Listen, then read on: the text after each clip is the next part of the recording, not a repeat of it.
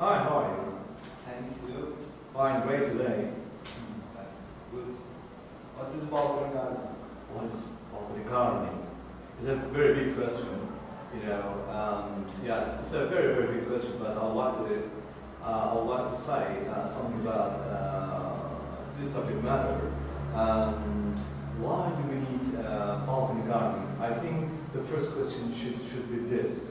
And we have to start from this point. Why do we need balcony gardening today? Why? The answer is very, very simple. When we look at our word map here, we can see the answer clearly. For example, this map shows world urbanization. This is 1960s, right? 1960s. In 1960s, when we look at the world map and we see our urbanization on the map, and as you see, New York is here and Istanbul is here and some other cities around the world, and there aren't many big cities around the world, and because most of the people used to live in lands and farmlands and villages and towns, places like that. But something happened in 20th century. And what happened in 20th century? Urbanization increased. And when we look at 1980, for example, and this shows 1980, and we can see 1980s, and we can see more cities, more big cities like Istanbul. But when you look here, Istanbul is here. Istanbul is smaller than New York when you compare, or other places. Japan and Tokyo. Tokyo is a big city, a large city, and Rio de Janeiro. These are the centers of populations all over the world. And then we can look at another thing in 2011, and 2011 shows us a different perspective about urbanization. And when we look at this, many places, right? Look at this one. Red dot shows 10 million people or more. And this dot is an orange dot, shows, indicates 5 or 10 million people. And this one, the yellow dot, the small one, and 1 and 5 million people. And when we look at this red dots, look at the red dots. Istanbul, red dot, 10 million. And or more than 10 million. And we are here, 2011, and the world population, is centered, or population is focusing on large cities and concentrating, and they are getting together in large cities. And it means that they are leaving their country town or their countrysides. Okay, and if people live in big cities or large cities, what will happen to them, right? What will happen to them? And imagine big cities or very large cities, and I'd like to show you something. Cut it now. Cut. Had seen it all coming. In his 1955 vision of an America withdrawal to the idol of consumerism, he called Morocco.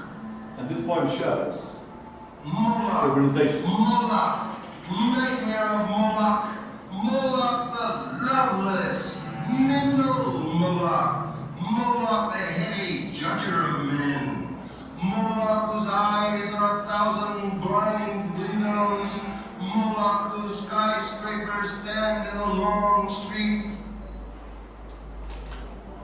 like endless Jehovah's, Moloch whose factories dream and croak, Moloch whose smokestacks and antennae crown the cities, Moloch, robot apartments in suburbs, skeleton treasuries, blind capitals, demonic industries, spectral nations, invincible madhouses, granite cocks, monsters, visions, omens, hallucinations, miracles, ecstasies, gone down the American River, dreams, adorations, illuminations, religions, a whole buttload of sensitive bullshit.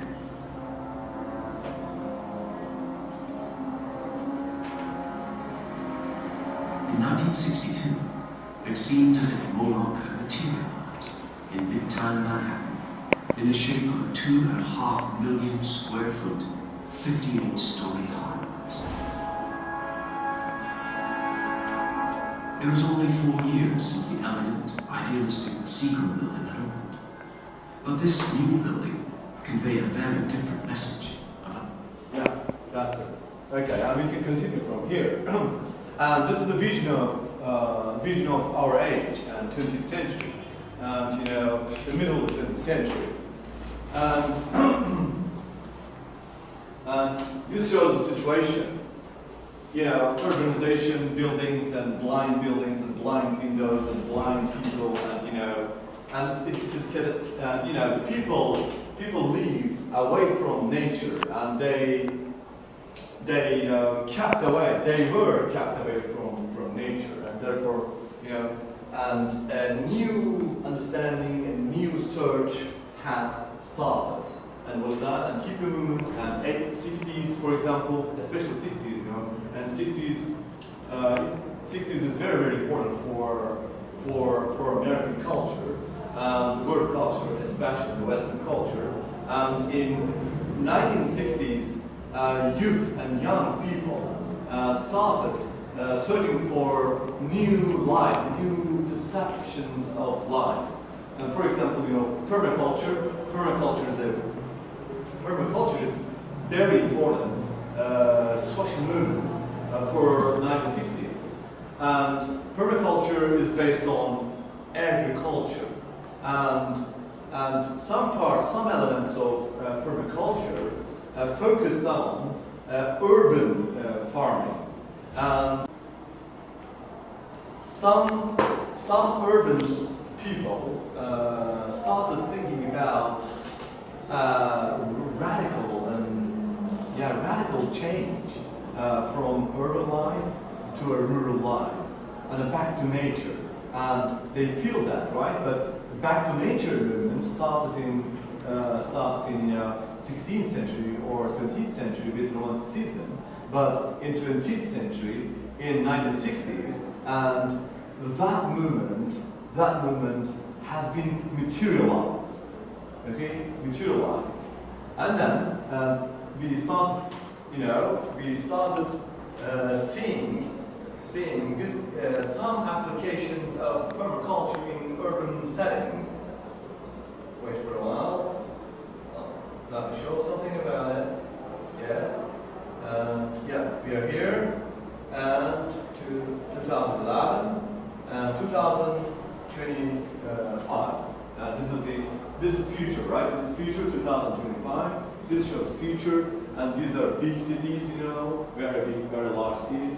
You know, in Asia, you can see many big cities, right? Many big cities, and this causes a need. This causes, yes, and you know, where is it? Yes, and your question, balcony gardening, and we can see some examples from balcony gardening here. And homesteading, especially homesteading, is much better word for description of permaculture. And this one, oh yeah, this one is much better. Okay, yeah. Change. Yeah, start again. Yes, this one. You know, it's a very good one, and you can see no small space, because in cities we have small spaces, very limited spaces. Okay, very limited space, and we have, and therefore, and how can you make use of those spaces? And we can use our balconies, because we have balconies, and balconies are open system, and therefore we can use our balconies for gardening, and therefore people started using their balconies as a garden. Okay, and they started growing plants and growing food in their balconies. And why? Why did they do this? Because they wanted to be free. And it's a kind of path to freedom for those youth people. Okay, you can see this one, a small space and container gardens and other things. And you can think about that. Think about that. And you can grow fruit in your yard or in your balcony, or you can eat them because they are very healthy. There is no pesticide, or there is no chemicals, and no poison, nothing, and free from poison, free from industrial things, and therefore you can have healthier food in your balcony. Why? Why don't you prefer to have those food in your balcony? And people started to grow these things in their balcony. And another thing, seeds are very important subject matter for the people. Heirloom seeds. Heirloom seeds was the heritage seeds. And seeds coming from your father and mother, right? The ancient seeds. And you can keep your seeds, you can keep your heirloom seeds in your balcony containers. And then you can grow those things in your balcony, and then you can keep that heritage for future generations. And therefore, this one is a kind of a balcony, balcony is a kind of bank for future, and our future. And we can use our balconies as a bank for our future. Future is important, the future generations are important for us, and we can use balconies as tools for saving future. Yeah, that's it. I like it very much, this one. And we can grow other things in our balconies, and let me check. Yes.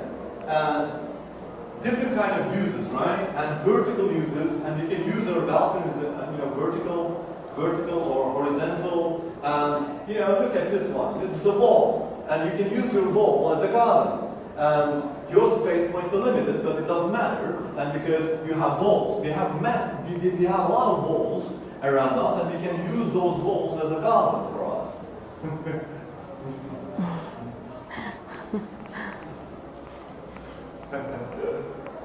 How about this one? This is another thing, right? And this is recycling and upcycling, and it's a very good example for upcycling and recycling. And we can use those kind of things in our daily life as a recycling or upcycling vehicles. And we have something yellow there.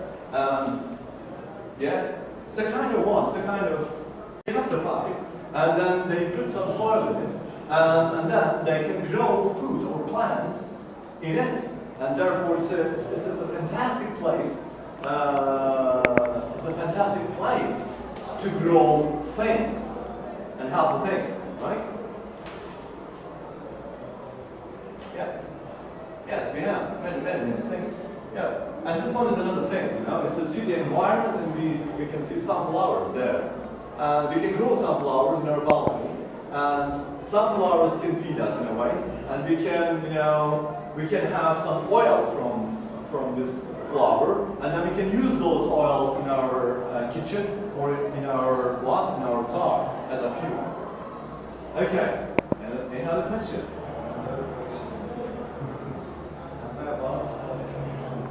Sorry, tell me about.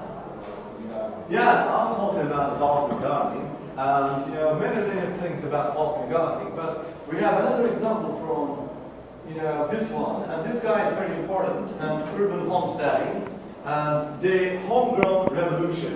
This is a kind of revolution, and balcony gardening is a kind of revolution, and they,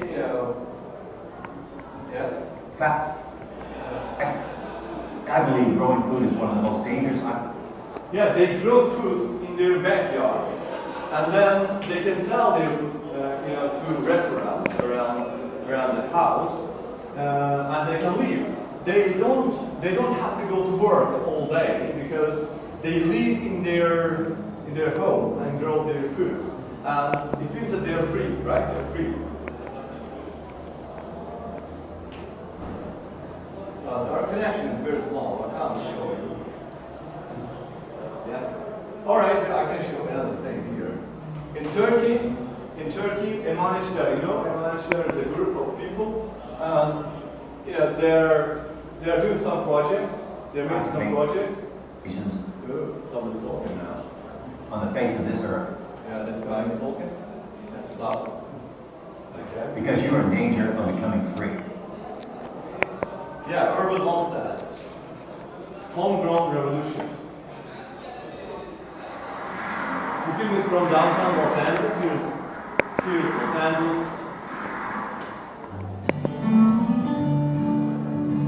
That's the place, They live in here. A small lot was transformed into a place beautiful and productive. We live on a typical city lot, 66 feet by 132 feet. That's a fifth of an acre. We take away the house, the garage, and the concrete areas, and we're left with only 1/10 of an acre of land to grow food on. Trying to become self-sufficient in a location 1 mile from downtown Pasadena has made us turn this home into an urban homestead. We are pioneering a journey towards self-sufficiency, one step at a time. There were no models to follow, we just did. We learned by trial and error. We're not just gardening, we're not just thinking about using solar, we're just raising city farmers. It's a combination of doing everything well, or at least good enough to survive. We've tried to live lightly for as long as I can remember. Dad was a real hippie, but the times have changed and he's gone from being hippie to hip. But for us kids, that's how. Ask me what I do, I'd like to say I'm a 21st century Laura Ingalls. We're urban homesteaders.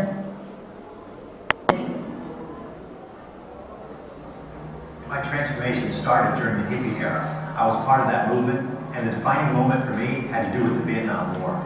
My generation was graduating from college, and we were being subject to the draft. It's fantastic. I don't know why I don't live in this way. I feel like I have been in a cage for ages. After all this is about freedom. This is about happiness. Thank you for your joining. Yeah, thank you. Yeah, you're right. This is the balcony garden, which is all about freedom and happiness. You're right. Thank you. Yeah, thanks. Thanks.